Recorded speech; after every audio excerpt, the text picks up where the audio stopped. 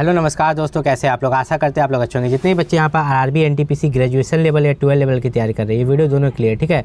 जो बच्चे RRB NTPC 12 level की तैयारी कर रहे हैं और जो बच्चे आरआरबी एनटीपीसी में ग्रेजुएशन लेवल की तैयारी कर रहे हैं, तो ये वीडियो दोनों के लिए होने वाला है। क्योंकि आरआरबी एनटीपीसी ग्रेजुएशन लेवल और 12 लेवल की सबसे पहले हम एग्ज़ाम डेट की बात करें तो आपको एग्ज़ाम के बारे में मार्च में ही पता चल जाएगा, ठीक है, कि कब आपका एग्ज़ाम होने वाला है। लेकिन एग्ज़ाम मेनली आपका होगा अप्रैल और मई में। अप्रैल में आपका होगा ग्रेजुएशन लेवल का, ठीक है, मई में आपका होगा 12 लेवल का, ठीक है। तो एग्ज़ाम में आपके पास मान के चलिए तो अभी भी आपके पास 2 महीने का समय है, क्योंकि अप्रैल के लास्ट में एग्ज़ाम होगा, ठीक है। तो अभी भी आपके पास 2 महीने का समय है आरआरबी एनटीपीसी में।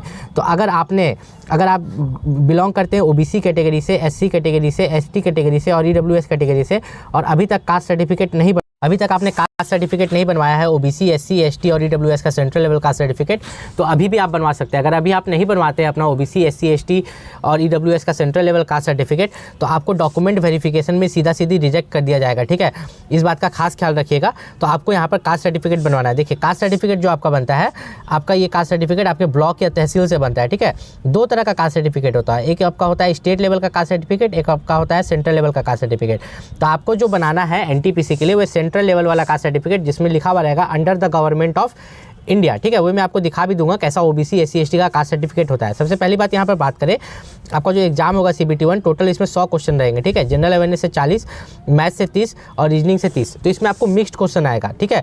अभी मिक्स्ड क्वेश्चन का मतलब क्या होता है? मिक्स्ड क्वेश्चन का मतलब ये होता है ना कि पहला क्वेश्चन मान लो जीके से आ गया, दूसरा क्वेश्चन आपका मैथ से आ गया, तीसरा क्वेश्चन रीजनिंग से। ऐसा नहीं कि पहले रीजनिंग से 30, पहले फिर मैथ से 30, ऐसा नहीं आएगा। आपका मिक्स्ड क्वेश्चन आने वाला है, तो आपको इसके लिए तैयार रहना है। इसी हिसाब से आपको प्रैक्टिस भी करना है। अब बहुत बच्चे पूछ रहे थे कि सर आरआरबी एनटीपीसी के लिए बुक बता देने के लिए कि कौन सा बुक आरआरबी एनटीपीसी के लिए बेस्ट रहेगा। तो देखिए, जो बुक आरआरबी एनटीपीसी के लिए बेस्ट रहेगा, अगर आप जनरल अवेयरनेस की बात करें तो इसमें 3 सेक्शन होता है। एक आपका होता है जीके, फिर आपका जनरल साइंस, फिर आपका करंट अफेयर, ठीक है। General knowledge, general science, current affair, ये 3 सेक्शन होता है। बच्चे इस चीज़ को समझते नहीं है। तो ये तीनों सेक्शन की अगर बात करें तो इन तीनों सेक्शन के लिए जो बुक आता है वो आता है स्पीडी पब्लिकेशन का। देखिए, मैं यहाँ पर लिख देता हूँ SPEEDY, स्पीडी पब्लिकेशन। अब ये बुक आप परचेज कैसे करें? देखिए, मेरा एक और चैनल है, ठीक है। ये तो आप वैभव शाश्वत एकेडमी पर देख रहे हो। मेरा एक और चैनल है जिसका नाम है वैभव शाश्वत, ठीक है। सिर्फ वैभव शाश्वत नाम है उसका। उस पर लगभग आपके 90,000 सब्सक्राइबर है, ठीक है। आप उस पर जाओ, उस पर एनटीपीसी का कोई भी वीडियो खोलो, उसके डिस्क्रिप्शन में, ठीक है, वीडियो का जो डिस्क्रिप्शन होगा उसमें आपको बुक का लिंक मिल जाएगा। आप वहाँ से जाके परचेस कर सकते हो, ठीक है। और एक बुक जो होता है वो एक किरण पब्लिकेशन का, ठीक है। किरण पब्लिकेशन का बेस्ट बुक, उसमें आपका प्रीवियस ईयर क्वेश्चन पेपर हर कुछ डिटेल में दिया रहता है। आप बहुत आराम से वहाँ से तैयारी कर सकते हो। अब यहाँ पर बात करते हैं आरआरबी एनटीपीसी में नॉर्मलाइजेशन के बारे में, जिसमें आपको नॉर्मलाइजेशन में, ठीक है, अगर आप सही से क्वेश्चन अटेम्प्ट करते हो तो नॉर्मलाइजेशन में 10 नंबर से लेके 30 नंबर तक आपको यहाँ पर एक्स्ट्रा मिलता है, ठीक है। अगर नॉर्मलाइजेशन की बात करें तो नॉर्मलाइजेशन कुछ इस तरह से होता है। एक आपका होता है इजी शिफ्ट पर और हार्ड शिफ्ट पर नॉर्मलाइजेशन किया जाता है। कितने क्वेश्चन आपने सही किए, कितने क्वेश्चन आपने गलत किए। जैसे कि मान लो कि 2 बच्चा है, एक बच्चा का नाम ले लेते हैं ए, एक बच्चा का नाम ले लेते हैं बी, ठीक है। एक बच्चा जो क्वेश्चन अटेम्प्ट करता है, ठीक है, टोटल 100 में से एक बच्चा क्वेश्चन अटेम्प्ट करता है मात्र 70। ए जो है 70 क्वेश्चन अटेम्प्ट करता है। अब बी जो अटेम्प्ट करता है 100 का 100 अटेम्प्ट करके आ जाता है, क्योंकि वो पहला वाला एग्जाम देने गया था, वो तुक्का उक्का लगा के आ जाता है, ठीक है।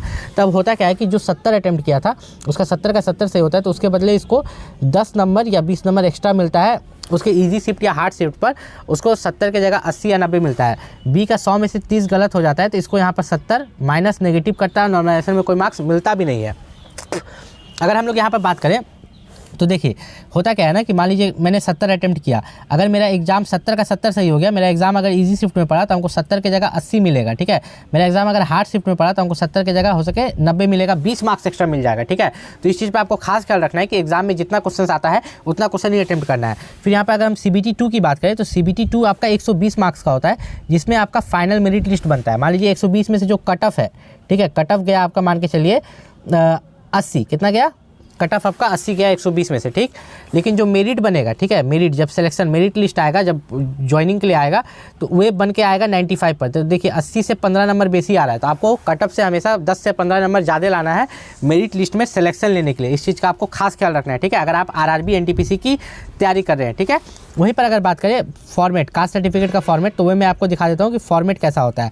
तो देखिए, यहाँ पर अगर फॉर्मेट की बात करें तो जितना भी ओबीसी, एससी, एसटी, ईडब्ल्यूएस सभी का यहाँ पर फॉर्मेट दिया गया है, जो कि मैं आपको यहाँ पर इसी वीडियो में आपको दिखा दूंगा कि कैसा फॉर्मेट होता है, ठीक है। और उसी फॉर्मेट में आपको बनवाना है, इस चीज़ का खास ख्याल रखिएगा, सेंट्रल लेवल वाला, ठीक है। तो सबसे पहले हम यहाँ पर देखते हैं ओबीसी का, किसका, ओबीसी का, उसके बाद एससी एसटी का देखेंगे। तो देखिए, ओबीसी का जो कास्ट सर्टिफिकेट का फॉर्मेट है, यहाँ पर लिखा हुआ है ना under the government of India, ठीक है। यहाँ पर ध्यान से देखिएगा आप, यहाँ पे क्या लिखा हुआ है, under the government of India. तो ऐसा सेम आपका अगर लिखा हुआ है एनेक्सर 2 के अंदर बना हुआ है तो कोई दिक्कत नहीं है, CO या SDO लेवल का आपके पास ये है तो बहुत अच्छी बात है। अगर नहीं है तो आपको बनवाना होगा, ठीक है। वहीं पर अगर यहाँ पर देखिए SC ST का, तो ये एनेक्सर 1 में आता है। आपको कुछ इस तरीका का SC ST का कास्ट सर्टिफिकेट बनवाना है और RRB NTPC की तैयारी कर रहे हैं, ठीक है। तो RRB NTPC का हर अपडेट, जैसे कि जोन वाइज कटअप, आपने जिस जोन में भी अप्लाई किया होगा हर जोन का कटअप अलग अलग जाता है। तो क्या कटअप जाने वाला है, कितना फॉर्म अप्लाई हुआ है, उस हिसाब से मैं बताऊँगा अपने चैनल पर। तो इस चैनल को आप सब्सक्राइब करके रखिएगा अगर आप RRB NTPC का जोन वाइज कटअप चाहते हैं, ठीक है। इस चीज़ को याद रखिएगा, चैनल को सब्सक्राइब कर लीजिएगा क्योंकि मैं इस पर RRB NTPC का जोन वाइज कटअप डालने वाला हूँ। मिलते हैं अगले वीडियो में, तब तक के लिए नमस्कार।